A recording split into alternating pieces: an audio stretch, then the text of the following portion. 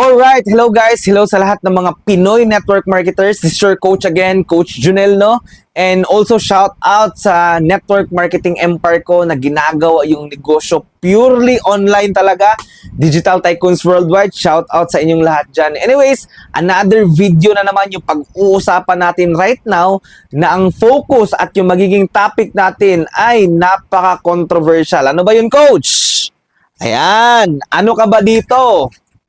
Ano ba yung mas importante para maging successful ka sa network marketing business?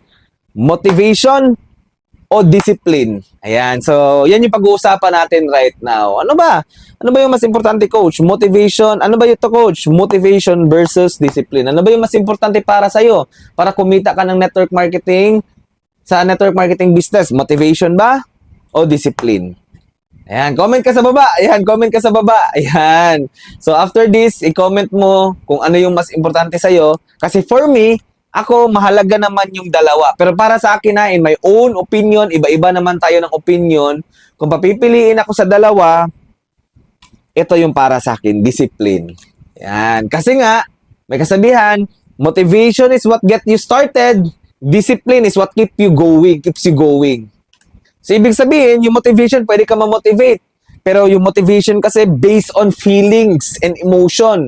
And when we talk about feelings and emotion, ano yan? Up and down yan. Pero ang discipline, whether you do like it or not, gawin mo, maggagawa ka ng negosyo, gagawin mo pa din kasi nga disiplinado ka. Ayan. So, yun yung mga pag-uusapan natin. And very simple lang na topic, pero importante na aware ka dito na yes, importante, masarap pag motivated ka. Importante pag magnenegosyo ka, dapat pump up ka, excited ka, motivated ka. Bakit? Kasi nga, pag mataas kasi yung energy mo, motivated ka every single day gawin yung negosyo na ginagawa mo. Kasi nga, ito naman yung mapapayaman sa'yo. Bakit hindi ka mamomotivate? Di ba? Siyempre, yung aura mo din, yung attraction mo din, yung feelings mo din, mas lalong masarap gumalaw. 'Di ba? Pero minsan kasi, syempre, along the way, ginagawa natin yung negosyo, nare-reject tayo sa network marketing business na ginagawa natin, nare-reject, ano pa ba? Discourage, kinakantsawan, may mga goals tayo na gusto nating ma-hit, tapos hindi natin nakukuha, kaya medyo bumababa yung emotion. Doon papasok yung disiplina. 'Di ba? Na pag dumating sa emotion na yun, nababa ka, ang question, gagawin mo pa din ba ang business? 'Di ba? Kaya nga for me, yes, motivation gets you started, pero discipline is what keeps you going hanggang makuha mo yung success mo.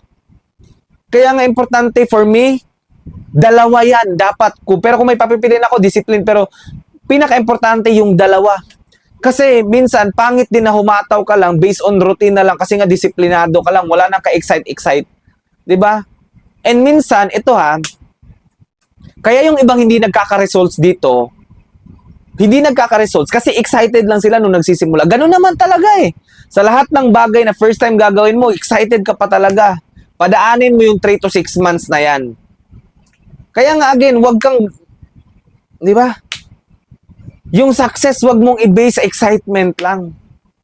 Dapat discipline, consistency, persistent, resilient.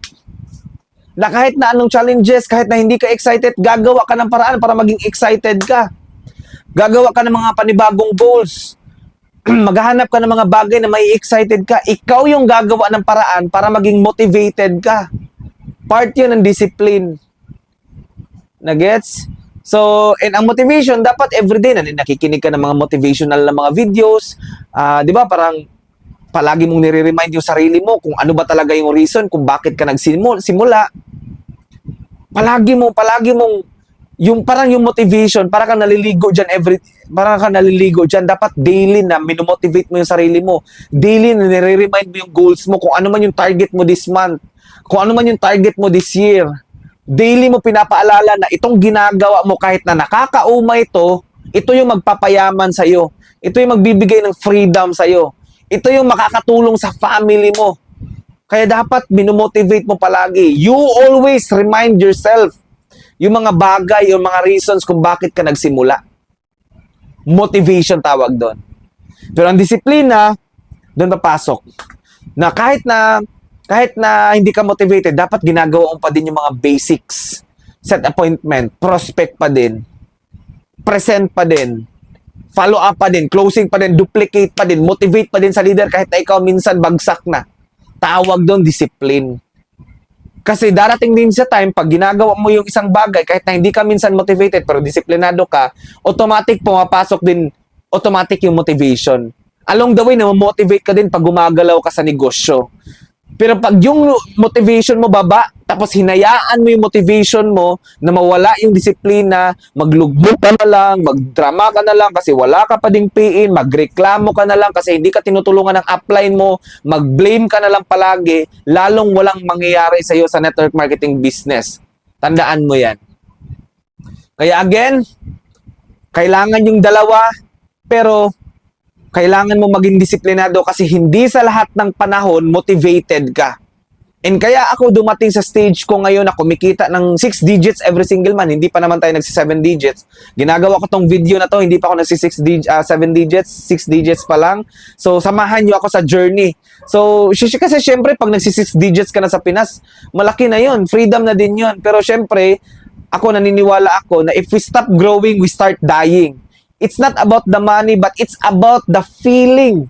And bakit ko gustong mag 7 digits every month? Because gusto ko mag-improve. Kasi if I stop na mag-improve, wala din ako matuturo sa mga leaders ko down the line. Nagets? Yun yung philosophy ko. Kaya I keep on working hard. Hindi ako magaling. What I lack on skills, I make it on numbers. Hindi ako magaling mag-prospect. Nag-prospect ako na marami para gumaling. Hindi ako magaling mag-present, mag-webinar. Nag-webinar ako. Mas in-outnumber ko yung mga kasamahan ko kaya mas gumaling pa ako. I make on numbers what I lack on skills. 'Di ba? Kasi ganun lang naman 'yun eh. Kung hindi ka magaling, sipagan mo lang. Kung hindi ka magaling, sipagan mo lang. 'Di ba? Kung gusto mong kumita na kinikita namin, dapat ginagawa mo din yung ginagawa namin. Yung disiplina namin, ginagawa mo din. And that's how you're gonna be successful. Okay? So, the point is, motivation versus discipline, kailangan yung dalawa. Pero for me, importante disiplina. Kasi yung motivation, in and out yan eh. In and out yan. Motivated ka ngayon, kinabukasan may nangyari, nagpa-bad trip sa'yo, wala ka na naman motivation. Alangan naman na hindi mo naman gawin yung negosyo mo. Ang tawag doon, nag-i-start-stops ka. Marami kang start-stops. Ginawa mo yung negosyo 1 week, second week, wala ka na naman. Hinata mo 3 months, 3 months ka ding wala, next 3 months. Nagets nyo ba? So, wag ganon. So, disiplina. Yan yung importante para tuloy-tuloy yung negosyo, tuloy-tuloy yung success. Para lumabas na yung momentum, para magkaroon ka ng momentum sa negosyo. Kasi momentum solves everything. Pag nagka-momentum ka, magiging madali lahat, promise. And para magka-momentum ka, kailangan mo ng consistency na disiplina. Okay? So, ayan, with that, this is your coach again, Coach Junel. Hopefully na motivate kita and hopefully mag-develop ka din ng disiplina mo. Alright? So, ayun lang. See you sa next video. And again, subscribe ka naman para mas ma-motivate pa din ako at mas maging madisiplina pa din ako na gumawa ng mga content na katulad nito. So, comment ka din sa baba kung nagugustuhan mo yung mga video na katulad nito. So, see you sa next video.